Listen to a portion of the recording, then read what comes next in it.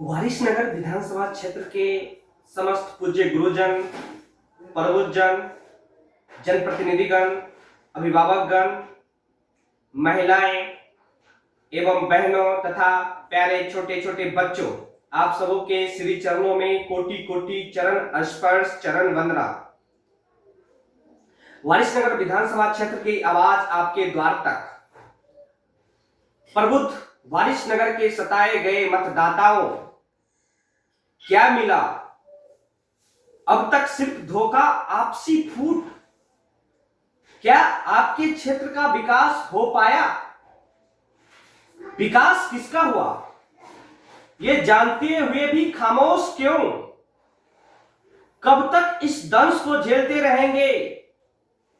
खुद से कब तक लड़ते रहेंगे? नतीजा अब तक आपके सामने है। काश और आस की आंख मिचोली ने आपके भविष्य पर ग्रहण लगा दिया।